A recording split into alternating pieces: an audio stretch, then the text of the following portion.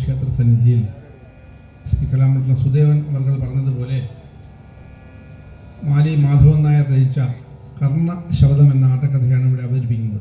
അദ്ദേഹം പറഞ്ഞതുപോലെ തന്നെ എല്ലാവർക്കും ഈ കഥ അറിയുന്നതാണ്. എങ്കിലും അല്ലാത്ത ആരെങ്കിലും ആസ്വാദകർക്ക് വേണ്ടി അത് പറഞ്ഞുകൊള്ളട്ടെ.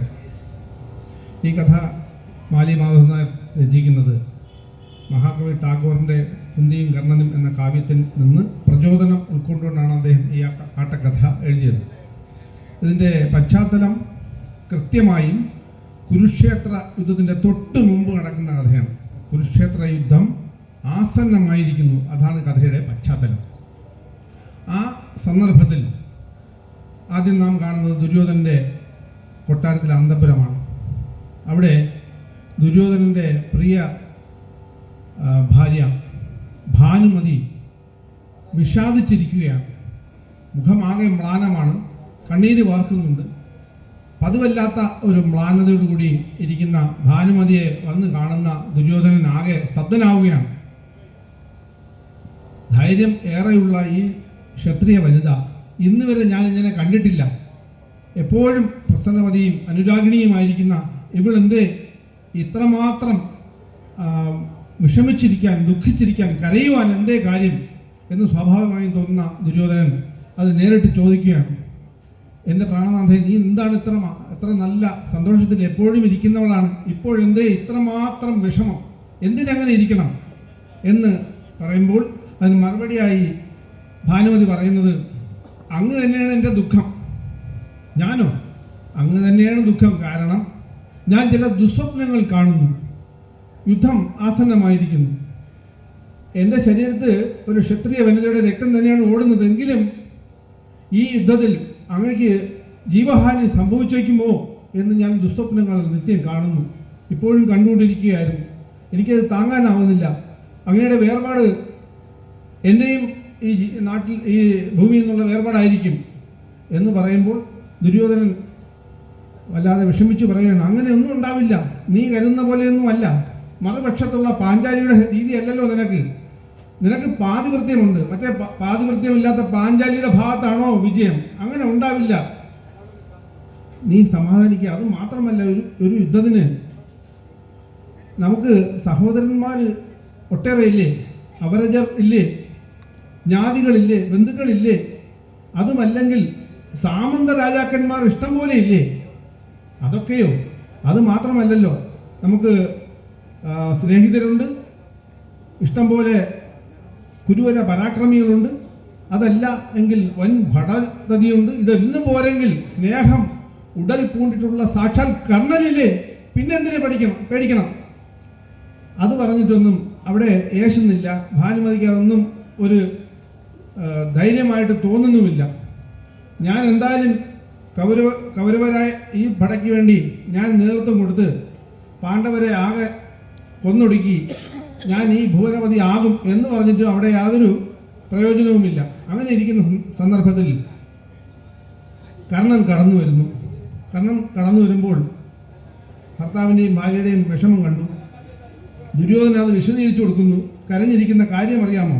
യുദ്ധത്തിൽ തോക്കുമെന്നും എനിക്ക് ജീവഹാനി ഉണ്ടാകുമെന്നൊക്കെ കരുതിയിരിക്കുകയാണ്.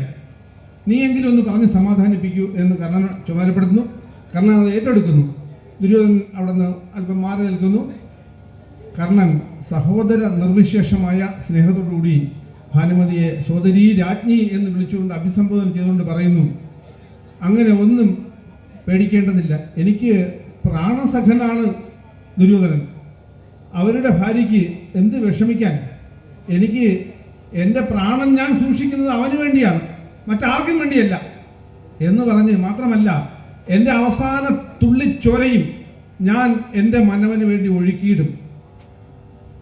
എൻ്റെ ജീവൻ കഴിഞ്ഞിട്ടേ, എൻ്റെ ജീവൻ എന്തെങ്കിലും സംഭവിച്ചിട്ടേ ബാക്കി പറയുന്നില്ല എന്നുള്ള ഭാവന കർണൻ ഭാനുമതിയെ ആശ്വസിപ്പിക്കുന്നു. ഞാൻ ഈ യുദ്ധം ജയിച്ച് നേരത്തെ പറഞ്ഞതുപോലെ കുരുവീര രാജാവായി അവിടുത്തെ ഭർത്താവിനെ വാഴിക്കും എന്ന് ധൈര്യ വാക്കുകൾ കൊടുക്കുമ്പോൾ ഭാനുമതിയുടെ നിലവിലുള്ള അവസ്ഥ മാറുന്നു. അവൾ കുറച്ചുകൂടി ഉന്മേഷവതിയായി കഴിഞ്ഞു, ധൈര്യം സംഭരിച്ചു കഴിഞ്ഞു. മറുപടിയും പറയുന്നു, നിന്നെപ്പോലെ വാത്സല്യമുള്ള, സ്നേഹമുള്ള വിശ്വസ്തതയുള്ള ആരുണ്ട് ഈ ലോകത്ത്? എൻ്റെ ഭർത്താവിന് നിന്നെ ആത്മതുല്യനാണ്, എനിക്കും സോദരതുല്യം തന്നെ. അങ്ങനെയുള്ള നിന്റെ വാക്കുകൾ കേട്ടത് മുതൽ എൻ്റെ വിഷമം മാറിക്കഴിഞ്ഞു സഹോദര എന്നറിയിക്കുമ്പോൾ കർണനും ധന്യനാകുന്നു. അപ്പോഴേക്കും കടന്നു വരുന്ന ദുര്യോധനന് നേരത്തെയുള്ള അവസ്ഥയെക്കുറിച്ച് ചിന്തിക്കേണ്ടി വരുന്നില്ല. ഭാനുമതി ആകെ ഊർജ്ജസ്വലയായിരിക്കുന്നു, കർണനും സന്തോഷവാനായിരിക്കുന്നു. സന്തോഷമായി ഭാനുമതിയെ അന്തഃപുരത്തിലേക്ക് പറഞ്ഞയക്കുന്നു. അപ്പോഴേക്കും ദുശാസൻ വളരെ ഉജ്ജ്വലമായ ഭാവത്തിൽ ഉത്സാഹിതനായി ഓടിയെത്തുകയാണ്. ജ്യേഷ്ഠ, നമുക്ക് ഒരു നിമിഷം വിശ്രമിക്കാനില്ല. അവിടെ പടയെല്ലാം ഒരുങ്ങിക്കഴിഞ്ഞു. തന്ത്രവിചക്ഷണരും മന്ത്രിമാരും ഒക്കെ അവിടെ മന്ത്രഗ്രഹത്തിൽ വന്നെത്തിക്കഴിഞ്ഞു. ഇനി നമ്മുടെ കുറവേ ഉള്ളൂ. അവിടെ ചെന്ന് തുടർ നടപടികൾ ആലോചിക്കുന്നതിന് നമുക്ക് ഉടനെ പോകണം. മാത്രമല്ല, അവരുടെ രക്തം കുടിച്ച് നമ്മുടെ ഉള്ളിലുള്ള ഈ തീജ്വാല, പ്രതിഷേധ തീജ്വാല നമുക്ക് അണയ്ക്കാൻ സമയമായില്ലേ? നമുക്ക് പോകേണ്ടതല്ലേ? പോകാൻ തയ്യാറാകാം എന്ന് പറയുമ്പോൾ ദുര്യോധന അനുഭാവം പോകാം എന്നാകുമ്പോൾ കർണനെയും ക്ഷണിക്കുന്നു. കർണൻ പറഞ്ഞമല്ലോ. കർണൻ പറയുന്നു, നിങ്ങൾ തൽക്കാലം വയ്ക്കുള്ളൂ, എനിക്കത് അല്പം ഏകാഗ്രമായി ഒരു ഗംഗാസ്നാനം നടന്ന് കഴിഞ്ഞ് വന്നിട്ട് വരാം എന്നുള്ള വിചാരമാണ്. ഞാൻ അതിന് പൊയ്ക്കൊള്ളട്ടെ. ശരി, അങ്ങനെയാകട്ടെ എന്ന് പറഞ്ഞ് ദുര്യോധനനും അനുവദിക്കുന്നു. കർണൻ നേരെ ഗംഗാസ്നാനത്തിലേക്ക് പോകുന്നു. ഗംഗ എന്ന് പറയുന്നത് കർണൻ്റെ ജന്മം മുതൽ ഒരു വികാരമാണ്. കർണൻ്റെ രാവും പകലും എപ്പോഴും ഗംഗാതീരമാണ്. ഗംഗാതീരത്തിൽ നിന്നാണ് എൻ്റെ വളർച്ച. അവിടെ കണ്ട ഓരോ മണൽത്തിരിയും പരിചയമുള്ള കർണന് ഗംഗ ഒരു വികാരമാണ്. ഗംഗയുടെ അടുത്തെത്തുന്നു. അവിടെ ചെന്ന് കാണുമ്പോൾ തന്നെ ഗംഗയുടെ പൂർവ്വകാല കഥകളും ഈ ഗംഗ ഉണ്ടായത് ആ കഥയും ഒക്കെ ഓർക്കുന്നു. അത് കഴിഞ്ഞിട്ട് ഇനി ചിന്തിക്കുന്നത്, ഞാൻ എങ്ങനെ ഈ നിലയിലെത്തി?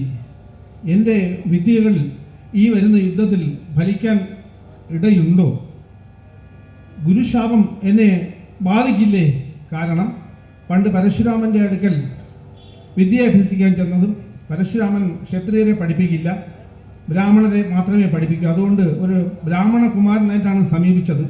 എല്ലാം പഠിപ്പിച്ചു. മിടുക്കനായി ആ മിടുക്കനായ ശിഷ്യനെ കൊണ്ട് യാത്ര തുടരുമ്പോൾ പരശുരാമൻ വഴിയിൽ വിശ്രമിക്കുമ്പോൾ ഇത് ഇളകിയാട്ടത്തിലുള്ള പദങ്ങളിലല്ല, മടിയിൽ തലയാഴ്ച് പരശുരാമൻ ഉറങ്ങുന്നു. ശിഷ്യൻ്റെ മടിയിൽ തലയാഴ്ച. അപ്പോഴേക്കും ഒരു വണ്ട് എങ്ങനെയോ ഓടിയെത്തി പറന്നു വന്ന് ശിഷ്യൻ്റെ തുട തുളയ്ക്കുന്നു.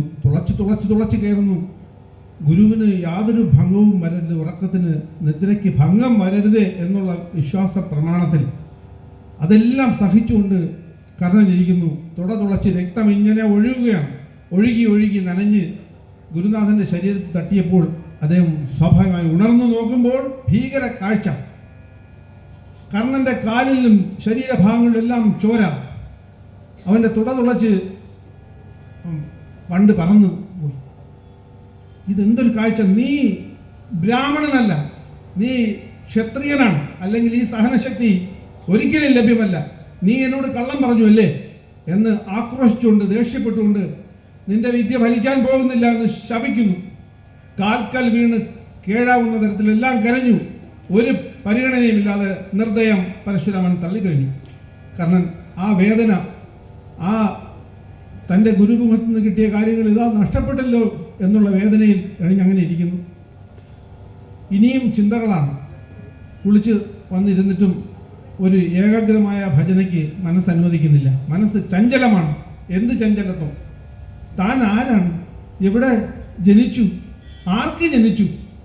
എൻ്റെ മാതാപിതാക്കൾ ആര്? ഈ രാധയാണോ എൻ്റെ അമ്മ? ഈ അതിരഥനാണോ എൻ്റെ അച്ഛൻ? അതോ അവരല്ലയോ? മറ്റാരെങ്കിലും ആണെങ്കിൽ ആ യഥാർത്ഥ മാതാപിതാക്കളെ ഞാൻ കാണുമോ? ഞാൻ എവിടത്തുകാരൻ? ഞാൻ അങ്കേശനാണെന്നും പറയുന്നു. ഞാൻ എവിടത്തുകാരൻ? എൻ്റെ ജന്മദാതാക്കളെ എനിക്ക് മരിക്കുന്ന മുമ്പൊന്ന് കാണാൻ കഴിയുമോ? അതോ കഴിയുകയില്ലയോ? കാണാതെ മരിക്കുവാനാണോ എൻ്റെ തലയിലെഴുത്തി ശിരോലിഖിതം എന്ന് മാനസികമായി വിഷമിച്ചു ഒന്ന് വികാരഭരിതനാകുന്ന നിമിഷത്ത് ആ ഗംഗയുടെ തീരത്ത് മണൽ പരപ്പിലൂടെ ഒരു രൂപം അടുത്തടുത്ത് വരുന്നു. മറ്റാരും അവിടെ ഇല്ല. ആ രൂപം അടുത്തടുത്ത് വരുമ്പോൾ ഏറെക്കുറെ മനസ്സിലാകുന്നത് ഒരു സ്ത്രീയാണ്, വയസ്സായ സ്ത്രീയാണ്. കുറച്ചുകൂടി അടുത്തെത്തുന്നു, കൺമുമ്പിൽ എത്തുമ്പോൾ മനസ്സിലാക്കുന്നു ഇതാര്, കുന്തി ദേവിയല്ലേ. എങ്കിലും എല്ലാ ബഹുമാനവും കൊടുത്ത് ഉപചാരവും കൊടുത്ത് വന്നിച്ച് ഇരുത്തി, എന്തേ ദേവി ഇവിടെ വരാൻ എന്താ കാര്യം ഈ നിമിഷത്തിൽ എന്ന് ആരായുന്നു. കുന്തി മറുപടി പറയുന്നത്, ഞാനൊരു യാചകിയായിട്ടാണ് നിന്റെ മുമ്പിൽ വന്നിരിക്കുന്നത്, മറ്റാരുമായിട്ടുമല്ല. ഞാനൊരു യാചകിയാണ്, നിന്റെ മുമ്പിൽ യാചനയുമായിട്ടാണ് വന്നിരിക്കുന്നത്. അതിന് എൻ്റെ മുമ്പിൽ യാചനയ്ക്ക് എന്തിനു വരണം? നിങ്ങളുടെ പുത്രന്മാർ എൻ്റെ വൈരികളല്ലേ, അങ്ങനെയുള്ള അവസ്ഥയിൽ എന്തിന് എൻ്റെ അടുത്ത് വരണം? കുന്തി അത് കടന്നു പോകാൻ വേണ്ടി പറയുന്നു, നീ ദാനശീലനല്ലേ, നീ മഹാപ്രഭുവല്ലേ, നിന്റെ മുമ്പിൽ എനിക്ക് വന്നുകൂടെ? ഞാൻ അതുകൊണ്ട് വന്നു, എനിക്ക് ഒരു കാര്യം നിന്നെ കൊണ്ട് വേണം. ശരി, ഞാൻ ദാനപ്രഭുവൊക്കെ തന്നെ, ഞാൻ ദാനവും ചെയ്യാം. എങ്കിൽ എൻ്റെ ഉള്ള വിഭൂതികൾ എന്തായാലും ഞാനത് തരാം. എന്താണെന്ന് ചോദിക്കൂ. കുന്തി പറയുന്നു, നീ ഈ കൗരവ പക്ഷം വിട്ട് പാണ്ഡവ പുത്രന്മാരുടെ ചേരിയിൽ വന്നു ചേരണം, നിനക്ക് അതാണ് യോഗ്യം കുമാര എന്ന് ക്ഷണിക്കുമ്പോൾ എൻ്റെ ശ്രവണ ഗുഢാരമായിട്ടുള്ള ഈ വാക്കുകൾ എനിക്കിത് കേൾക്കാൻ നിവൃത്തിയില്ല. ഞാൻ കേൾക്കരുതാത്താണ്, കേട്ടും കൂടാ. എൻ്റെ മുമ്പിൽ അങ്ങനെ പറയാൻ ധൈര്യപ്പെട്ടത് ഒരുവിധപ്പെട്ടവർ ധൈര്യപ്പെടുകയുമില്ല. ധൈര്യപ്പെട്ടാൽ കഴുത്ത് ഛേദിക്കുകയാണ് എനിക്കുള്ള ശിക്ഷ. പക്ഷേ അവിടുന്ന് ഒരു സ്ത്രീ ആയതുകൊണ്ട് ഞാനത് ചെയ്യുന്നില്ല എന്ന് പറയുമ്പോൾ കുന്തിയുടെ നിയന്ത്രണം ആകെ വല്ലാതാകുന്നു. ഇനി പിടിച്ചു നിൽക്കാൻ കഴിയില്ല. അപ്പോൾ കുന്തി അവസാന വജ്രായുധം തന്നെ പ്രയോഗിക്കുന്നു. കാരണം ഞാൻ നിന്റെ മുമ്പിൽ വന്നെങ്കിലും നീ ഒരു കാര്യം അറിയണം, ഒരു സത്യം അറിയണം. എന്ത് സത്യം? നിന്റെ അച്ഛൻ ഈ ആദിത്യ ഭഗവാനാണ്. അത് കേട്ട് കർണൻ ആകെ വികാരഭരിതനാകുന്നു. അടുത്ത വാക്ക് കേൾക്കുന്നു, മാതാവ് ഈ ഞാനാണ്. കർണൻ ആകെ സ്തബ്ധനാകുന്നു. പാണ്ഡവർ ഐവരും നിന്റെ അനുജന്മാരാണ് മകനെ എന്ന് പറയുമ്പോൾ കർണൻ മോഹലസ്യപ്പെട്ട് വീഴുകയാണ്. കേൾക്കാൻ കൊതിച്ചത് കേൾക്കാതെ ഇരുന്നാലാണ് നല്ലതെന്ന് തോന്നി. മോഹലസ്യപ്പെട്ട് വീഴുന്നു. മോഹലസ്യത്തിൽ നിന്ന് അല്ലെങ്കിൽ വിഷമത്തിൽ നിന്ന് ഉണർന്ന് പറയുന്നു, ആദ്യമായി വിളിക്കുകയാണ്, ജനനി, എൻ്റെ അമ്മയെ ആദ്യം വിളിക്കുകയാണ്. അമ്മ, എൻ്റെ ജനന രഹസ്യം ഒന്ന് പറയുമോ? അങ്ങനെ കുന്തിദേവി ആ ജനന രഹസ്യം കർണനോട് പറയുന്നു. ഞാൻ കുന്തിഭോജൻ്റെ വളർത്തുപുത്രിയല്ലേ. അവിടെ ദുർവാസാവ് മഹർഷി ഒരിക്കൽ വന്നപ്പോൾ പരിചരിക്കുന്നതിന് എന്നെ ഏൽപ്പിച്ചതും ഞാൻ ആ പരിചരണം നന്നായി ചെയ്തപ്പോൾ സംതൃപ്തനായ ദുർവാസാവ് മഹർഷി എനിക്ക് വരങ്ങൾ തന്നു. എന്തിനെന്നാൽ ഇഷ്ടഭർത്താവിനെ സ്വീകരിക്കാനുള്ള 5 വരങ്ങൾ തന്നിട്ടാണ് ആ ദുർവാസാവ് മടങ്ങിയത്. ഞാൻ അന്ന് ബാലികയാണ്. ഞാൻ കുളിച്ചൊരുങ്ങി രാവിലെ സൂര്യഭഗവാനെ നോക്കി നിൽക്കുമ്പോൾ എനിക്ക് ആ മന്ത്രം അറിയാതെ ഓർമ്മ വന്നു. ഞാൻ സൂര്യഭഗവാന്റെ തേജസ്സിൽ മുഴുകി ആ പ്രാർത്ഥനയെ മന്ത്രം ചൊല്ലിപ്പോയി. നിമിഷമില്ല, സൂര്യഭഗവാൻ മുമ്പിൽ വന്ന് പ്രത്യക്ഷപ്പെട്ടു കഴിഞ്ഞു. എന്തേ? ഒന്നുമില്ല എന്ന് മാറാൻ കഴിയില്ല, സൂര്യനാണ്. ഒടുവിൽ ആ സൂര്യൻ എനിക്കൊരു ഗർഭം തന്നിട്ടാണ് പോയത്. ആ ഗർഭത്തിൽ ജനിച്ച കുട്ടിയാണ് നീ. കർണനത് കേൾക്കാൻ കൊതിയുള്ളതാണെങ്കിലും വല്ലാത്ത വിഷമസന്ധിയിലാകുന്നു. ഒരു നിമിഷം അവൻ അഭിമാനിതനാകുന്നു. ഞാൻ അങ്ങനെയുള്ളവനാണ്. ഞാൻ സൂര്യഭഗവാന്റെയും അവിടുന്ന് ഉള്ള ആ അമ്മയുടെയും മകനാണല്ലേ. എനിക്ക് അനുജന്മാരും 5 പേരുണ്ടല്ലേ എന്ന് ഞാൻ ഒന്ന് അഭിമാനം കൊള്ളുന്നു. പെട്ടെന്ന് അഭിമാനം മങ്ങുന്നു. കുന്തിദേവി വീണ്ടും ക്ഷണിക്കുന്നു, അങ്ങനെ ഉള്ളതുകൊണ്ട് നീ വരണം. ഈ 5 സഹോദരന്മാരെയും പോറ്റി വളർത്തേണ്ടത്, നേതൃത്വം കൊടുക്കേണ്ടത് നീയാണ്. നീ വന്നേ തീരൂ. അങ്ങനെ അവരെ പോറ്റി വളർത്തി അങ്ങനെ ഭൂമി പരിപാലിക്കുന്നതല്ലേ അമ്മയ്ക്ക് ആഗ്രഹം. അതുകൊണ്ട് വരൂ മകനെ എന്ന് വിളിക്കുന്നു. ഇല്ല ഇല്ല, പ്രതീക്ഷിക്കണ്ട. ഞാൻ ദുര്യോധനൻ്റെ മാത്രം മിത്രമാണ്. എനിക്ക് ദുര്യോധനെ പിരിഞ്ഞൊരു നിമിഷമില്ല. അത് അങ്ങനെ തന്നെ ആയിരിക്കും. ഞാൻ അത്ര നന്ദി കെട്ടവനൊന്നുമല്ല. ദുര്യോധനെ പിരിഞ്ഞ് ഞാൻ എങ്ങും പോരുകയില്ല എന്ന് ശാഠ്യം പറയുന്നു. കുന്തിദേവി വീണ്ടും ശ്രമം നടത്തിക്കൊണ്ടിരിക്കുന്നു. നിന്റെ മനസ്സിൽ ഒരു കരുണയുമില്ലേ? ഈ സഹോദരന്മാരെ രക്ഷിച്ച് നിനക്ക് വന്നുകൂടെ? നിന്റെ ഹൃദയം കല്ലായിപ്പോയോ കുട്ടി? കൊള്ളാം, ഹൃദയം കല്ലിനെ പറ്റി പറയുന്ന ആളുടെ അർഹത കൊള്ളാം. പ്രസവിച്ച നിമിഷം ഒരു തുള്ളി പാല് പോലും തരാതെ പെട്ടിയിലടക്കി നദിയിലൊഴുക്കിയ ആളുടെ ഹൃദയത്തെക്കുറിച്ചുള്ള ചിന്ത കൊള്ളാം എന്ന് അമ്മയെ ഒരല്പം പരിഹസിച്ച് വിഷമിപ്പിക്കുന്നു. എന്നിട്ട് കുന്തിദേവി വീണ്ടും പറയുകയാണ്, ഞാൻ നിന്റെ മുമ്പിൽ ആവശ്യപ്പെടുന്നതിൽ നീ എന്നെ പരിഗണിക്കില്ലല്ലേ? എൻ്റെ വളരെ ബാല്യ പ്രായത്തിലുണ്ടായ ഒരു അവിവേകം അത് നീ പൊറുക്കില്ലേ മോനെ എന്ന് പറയുമ്പോൾ ഞാൻ എന്ത് പൊറുക്കാൻ എന്ന ഭാവേന കർണൻ നിൽക്കുന്നു. എന്നെ നീ വെറും കൈയോടെ അയക്കാൻ തുനിഞ്ഞിരിക്കുകയാണോ എന്ന് കർണനോട് വീണ്ടും പൊന്നുണ്ണി മോനെ എന്നൊക്കെ ഓമന വാക്കുകളോട് വിളിച്ച് സംസാരിക്കുന്നു. കർണൻ പറയുന്നു, ഞാൻ അങ്ങനെ ആരെയും വെറുതെ വിടുന്ന ആളല്ല. ഞാൻ എന്നെ കൊണ്ടാകുന്ന കാര്യം ഞാൻ തരാം, മറ്റൊന്നുമല്ല. അമ്മ ഇത് കേൾക്കണം. ഞാൻ അമ്മയ്ക്ക് വേണ്ടി ഈ അഭ്യർത്ഥനയുടെ പേരിൽ മക്കൾ 5 പേരിൽ അർജുനൻ ഒഴികെ മറ്റ് സഹോദരന്മാരെ ആരെയും അവസരം കിട്ടിയാൽ പോലും ഞാൻ കൊല്ലുകയില്ല. അർജുനൻ ഒഴികെ. ഈ വാക്കുകൊണ്ട് അമ്മ തൃപ്തിപ്പെട്ട് മടങ്ങണം എന്ന് അഭ്യർത്ഥിക്കുന്നു. ഇനി ഒന്നും കിട്ടില്ല എന്ന് കുന്തിക്ക് ബോധ്യമായി. ഒടുവിൽ പോയല്ലേ കഴിയും. സമയം വൈകുന്നു. ഒടുവിൽ പെട്ടെന്ന് പോകേണ്ട കാര്യവുമുണ്ട്. കുന്തിദേവി ഉള്ള വാക്ക് ലഭിച്ചുകൊണ്ട് ആ മകനെ ഉമ്മ വച്ച് പിരിയാൻ ശ്രമിക്കുന്നു. പക്ഷേ അമ്മയ്ക്കും മകനും പിരിയുക സാധ്യമല്ലല്ലോ. പിരിയാൻ വയ്യെങ്കിലും പിരിഞ്ഞേ തീരൂ എന്ന ഘട്ടത്തിൽ അമ്മ മുഖം തിരിച്ച് ആ മണൽപ്പരപ്പിൽ നടന്നകലുന്നു. നിർനിമേഷനായി നോക്കി നിൽക്കുന്ന കർണൻ മാതൃവികാരത്തിൻ്റെ ആഴങ്ങൾ പെട്ടെന്ന് അനുഭവിച്ച് തീർക്കുകയാണ്. നേരെ കൊട്ടാരത്തിലേക്ക് പോകുന്നു. കൊട്ടാരത്തിൽ ഇനി നാം കാണുന്നത് സാക്ഷാൽ ദുര്യോധന മഹാരാജാവും അനുജൻ ദുശാസനുമാണ്. ദുശാസനൻ നേരത്തെ ഉള്ളതിനേക്കാളും ശക്തനായി വന്നു പറയുകയാണ്, ജ്യേഷ്ഠ, ഞാൻ പറയുന്ന കാര്യങ്ങൾ ഊർജിതമായി കേൾക്കണം. എന്തെന്നാൽ നമ്മൾ പാമ്പ് കൊടുത്താണ് പാല് കൊടുത്താണ് ഈ പാമ്പിനെ വളർത്തിയിരിക്കുന്നത്. ഏത് പാമ്പ്? കർണൻ. അവൻ നമ്മളെ കൊത്തുന്നതിന് മുമ്പ് നമുക്ക് അവനെ ഹനിക്കണം. കാരണം രക്തബന്ധത്തിൽ കൂടിയൊരു ബന്ധമില്ല. കുന്തിയുടെ പുത്രനാണവൻ. അവർ തമ്മിൽ ഇന്നലെ സംസാരിച്ചിരിക്കുന്നു നിമിഷങ്ങൾക്ക് മുമ്പ്. അവൻ വരുമ്പോൾ അവനെ നമുക്ക് നിഗ്രഹിക്കണം എന്ന് പറയുന്നു. വളരെ ഉത്തരവാദിത്തോടുകൂടി ദുര്യോധനൻ അനുജനുമായിട്ട് അവിടെ നിൽക്കുമ്പോൾ കർണൻ കടന്നു വരുന്നു. വളരെ നയപരമായ സ്നേഹത്തിൻ്റെ അടിത്തട്ട് ഒലഞ്ഞു പോകാതെ കർണനോട് ദുര്യോധനൻ പറയുന്നു, വൃഥയുടെ സുതനാണെന്ന് ഞാൻ പറഞ്ഞു, വിഷമമില്ല. നിനക്ക് എന്നെ പിരിഞ്ഞു പോകുന്നതിൽ നീ ഒട്ടും വിഷമിക്കേണ്ട. പിരിഞ്ഞു പോകാം. നിനക്ക് പിരിഞ്ഞു പോകണമെന്ന് ആഗ്രഹിക്കുന്നെങ്കിൽ നീ പിരിഞ്ഞു പോകാം. അത് നമ്മുടെ സ്നേഹബന്ധത്തെ ഒരു കാലത്തും ബാധിക്കുകയുമില്ല. ഒരു ഉപാധിയുമില്ലാതെ നിനക്ക് പിരിഞ്ഞു പോകാം. ഇത് കേൾക്കുമ്പോൾ കർണന് സ്വന്തം അഭിമാന ബോധത്തിൽ അടിച്ച ഏറ്റവും വലിയ അടിയായിട്ടാണ് തോന്നുന്നത്. വലിയൊരു അടിയാണ്. സഹിക്കാൻ കഴിയില്ല. ഇത്രയും മോശപ്പെട്ട കാര്യങ്ങൾ എന്നോട് പറഞ്ഞതിന് യഥാർത്ഥത്തിൽ ഞാൻ എൻ്റെ വാളുകൊണ്ട് ശിക്ഷിക്കേണ്ടതാണ്. പക്ഷേ സ്നേഹം എന്നൊരു പശ്ചാത്തലമുണ്ടല്ലോ, ആ സ്നേഹം കൊണ്ട് എനിക്കതിന് കഴിയുന്നില്ല. അതുകൊണ്ട് ആ കഴുത്തല്ല എൻ്റെ കഴുത്ത് വെട്ടാം എന്ന് പറഞ്ഞ് വാളെടുത്ത് സ്വന്തം ഗളത്തിന് നേരെ ഛേദിക്കാൻ പിടിക്കുമ്പോൾ എല്ലാം ഊർജിതമായി മനസ്സിലാക്കുന്ന ദുര്യോധനമെന്ന് ആ കരവാൾ വലിച്ചു പിടിച്ചു മാറ്റുന്നു. കർണ, നിന്റെ സ്നേഹബന്ധമാണ് സ്നേഹബന്ധം എന്ന് പറഞ്ഞ് ഗാഢാശ്ലേഷണം നടത്തുന്നു. ആ സ്നേഹിതന്മാർ ആനന്ദ തുന്നിലായി ഗാഢാശ്ലേഷണം നടത്തുന്നു. ആ സന്ദർഭത്തിൽ തൻ്റെ ഉത്തരവാദിത്വത്തോടുകൂടി കർണൻ തൻ്റെ ഉഗ്രമായ ശപഥം ചെയ്യുന്നു. ഞാനിതാ എൻ്റെ അച്ഛനായ ആദിത്യ ഭഗവാനെ സാക്ഷിയാക്കി എൻ്റെ ശപഥം ഞാൻ ഇതാ ചെയ്യുന്നു. എൻ്റെ അമ്മയെയും അനുജരായ ഐവരെയും ഞാൻ ഇതാ ഉപേക്ഷിച്ചു കഴിഞ്ഞു. മാത്രമല്ല അർജുനനുമൊത്ത് ഈ വസുധയിൽ ഈ ഭൂമിയിൽ ഞാൻ ഒരു കാലത്തും ജീവിക്കുകയില്ല. അത് രണ്ടാമത്തെ ശപഥമാണ്. ഇനി ഈ ഭൂമുഖത്ത് നിന്ന് വീരസ്വർഗം പ്രാപിക്കുന്ന നിനക്ക് മുമ്പേ ഞാൻ വീരസ്വർഗം പ്രാപിച്ചിരിക്കും. ഇത് സത്യം എന്ന് കർണശബ്ദം ചെയ്യുന്നതോടുകൂടി ദുര്യോധനനും ദുര്യോധനന്റെ അനുജന്മാരും ആവേശം കൊണ്ട് തിരതെല്ലുന്നു. ആ പ്രാണസുഹൃത്തിനെ ഗാഠഗാഠം കെട്ടിപ്പുണരുന്നു.